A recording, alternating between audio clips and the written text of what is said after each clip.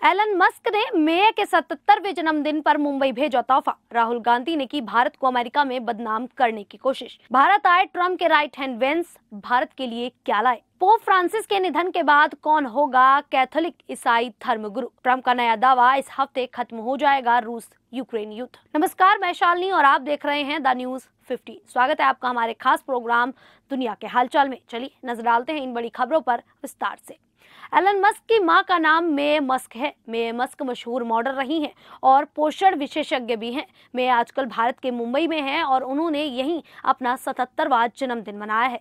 जन्मदिन के खास अवसर पर एलन ने अपनी मां को तोहफा भेजा है। ये तोहफा मेय के लिए उनके लिए बहुत मायने रखता है, क्योंकि इसे इतनी दूर से उनके बेटे एलन मस्क ने भेजा था। मेय ने सोशल मीडिया मंच एक्स पर इसे लेकर खुशी जताई। उन्होंने फूलों के साथ अपनी एक फोटो पोस्ट की, साथ ही लिखा, एलन मस्क, मुंबई में मेरे लिए जन्मदिन पर फूल भेजने के लिए शुक्रिया। 77 साल की होना बहुत अच्छा है। एलन मस्क ने भी अपनी मां को जन्मदिन की बधाई दी।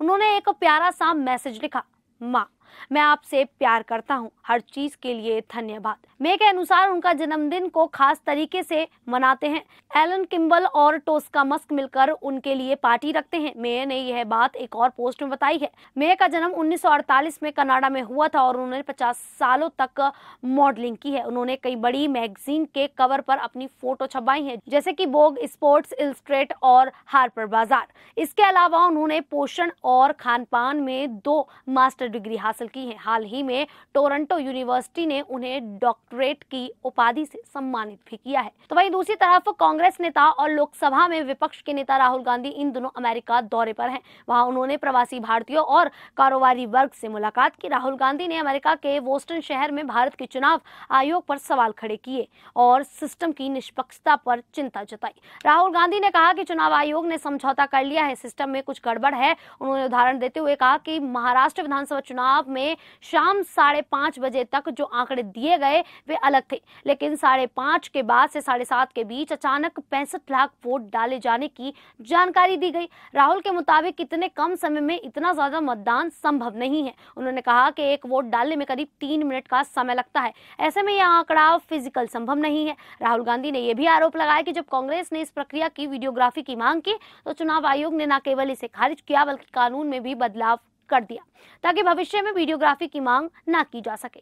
इससे पहले इंडियन ओवरसीज कांग्रेस के अध्यक्ष सैम पित्रोदा ने एक्स पर राहुल गांधी का स्वागत करते हुए कहा कि युवाओं, लोकतंत्र और बेहतर भविष्य की आवाज, राहुल गांधी आपका अमेरिका में स्वागत है। राहुल गांधी इस दौरान ब्राउन यूनिवर्सिटी में एक व्याख्यान भी देंगे और विद्यार्थियों से संवाद करेंगे। इसके अलावा वे IOC के सदस्यों और प्रवासी भारतीयों से भी मिलेंगे। राहुल गांधी का ये दौरा आगामी लोकसभा चुनाव के मद्देनजर अहम माना जा रहा है, जहां वे लोकतंत्र और चुनाव प्रणाली को लेकर अपनी बात अंतर्राष्ट्रीय मंचों पर रख रहे हैं। तो वहीं अमेरिकी राष्ट्रपति डोनाल्ड ट्रंप के कार्यकाल में टैरिफ वॉर एक बड़ा मुद्दा बन गया है। ट्रंप ने कई देशों पर भारी भरकम टैक्स यानी कि टैरिफ लगाए हैं, जिससे ग्लोबल इकोनॉमी में उथल-पुथल मच गई है। इस टैरिफ वॉर की चपेट में भारत भी आ गया है। अमेरिका ने भारत पर 26% का रेसिप्रोकल टैरिफ लगाने का ऐलान किया है, जबकि पहले ये सिर्फ 10% था। इसी बीच ट्रंप के करीबी और अमेरिकी उपराष्ट्रपति JD वेंस अपनी भारतीय मूल की पत्नी उषा चिलकुरी और 3 बच्चों के साथ भारत दौरे पर आए हैं। इस दौरे को बहुत अहम माना जा रहा है, क्योंकि भारत और अमेरिका के बीच कई रणनीतिक और व्यापारिक मुद्दों पर बातचीत होने वाली है। वेंस की मुलाकात प्रधानमंत्री नरेंद्र मोदी से होगी, जिसमें दोनों देशों के बीच ट्रेड, डिफेंस, टेक्नोलॉजी और जलवायु परिवर्तन जैसे मुद्दों पर चर्चा होगी।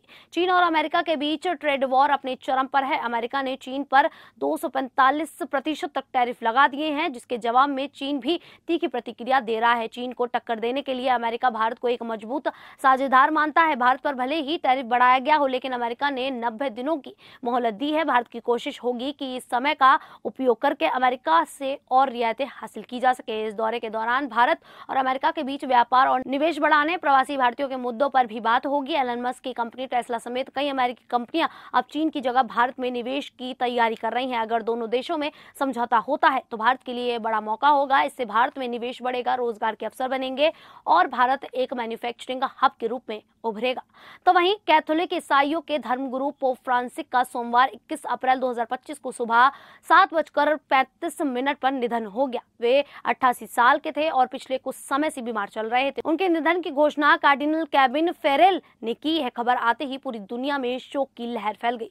शोक संदेश में कहा गया कि पोप फ्रांसिस का पूरा जीवन ईश्वर और चर्च की सेवा में समर्पित रहा। उन्होंने हमेशा गरीबों, कमजोरों और हाशिए पर खड़े लोगों की आवाज उठाई। वह प्रेम और करुणा का प्रतीक थे और जीसस के सच्चे अनुयायी थे। पोप फ्रांसिस के निधन के बाद अब सबसे बड़ा सवाल यह है कि अगला पोप कौन होगा। हालांकि इसका निर्णय एक विशेष प्रक्रिया जिसे कॉन्क्लेव कहते हैं के जरिए लिया जाएगा। यह प्रक्रिया गोपनीय होती है जिसमें दुनिया भर के कार्डिनल वोटिंग करके नए पोप का चयन करते हैं। वेटिकन के गृह सचिव और फ्रांस के करीबी माने जाते हैं। अनुभव और नेतृत्व क्षमता के कारण मजबूत दावेदार हैं। एशिया के प्रमुख नेता जो गरीबों के लिए काम करते हैं, फ्रांसीसी की सोच से मेल खाते हैं, शांति और सामाजिक कार्यों से सक्रिय हैं। रूस यूक्रेन संघर्ष में मध्यस्थता कर चुके हैं। यूरोप के प्रभावशाली और परंपरागत सोच वाले नेता हैं। लैटिन अमेरिका से हैं और युवा हैं। फ्रांसिस के द्वारा हाल ही में कार्डिनल बनाए गए थे। पोप फ्रांसिस ने 2013 में पोप का पद संभाला था। वे पहले लैटिन अमेरिकी पोप थे और उन्होंने चर्च में कई बदलाव लाए। उनका फोकस सामाजिक न्याय, पर्यावरण और मानवता की सेवा पर रहा। उनका निधन एक युग का अंत है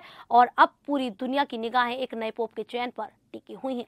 वहीं अमेरिकी राष्ट्रपति डोनाल्ड ट्रंप ने रूस यूक्रेन युद्ध को लेकर एक बड़ा बयान दिया है। उन्होंने कहा है कि इस सप्ताह में एक बड़ा संघर्ष विराम समझौता हो सकता है। ट्रंप ने अपनी सोशल मीडिया पोस्ट में लिखा, उम्मीद है रूस और यूक्रेन इस हफ्ते समझौता कर लेंगे और फिर दोनों देश अमेरिका के साथ व्यापार करेंगे। इस बयान के बाद अंतर्राष्ट्रीय हलचल तेज हो गई है। सवाल उठ रहे हैं कि क्या यह वाकई शांति की ओर एक ठोस कदम है या सिर्फ एक राजनीतिक रणनीति। अमेरिका के विदेश मंत्री मार्को रूबियो ने भी कहा कि अगर इस हफ्ते समझौता नहीं हुआ तो अमेरिका मध्यस्थता से हट सकता है। रूबियो ने कहा, हमें तय करना है कि डील संभव है या नहीं, अगर नहीं तो हम पीछे हट जाएंगे। ट्रंप ने भी इसी बात को दोहराया है जिससे पता चलता है कि यह डेडलाइन गंभीर है। ईस्टर संघर्ष विराम खत्म हो चुका है और रूस यूक्रेन एक दूसरे पर 1300 से ज्यादा उल्लंघनों का आरोप लगा चुके हैं। हाल ही में पेरिस में हुई बैठक में यूक्रेनी रक्षा मंत्री ने कहा कि कीव 90% अमेरिकी प्रस्ताव से सहमत है अगर सीमा विवाद सुलझ जाए। अब इस सप्ताह लंदन में फाइनल ऑफर पेश किया जाएगा। ट्रंप को उनकी डील मेकिंग रणनीति के लिए जाना जाता है। उन्होंने चुनाव प्रचार में कहा था कि वे 24 घंटे में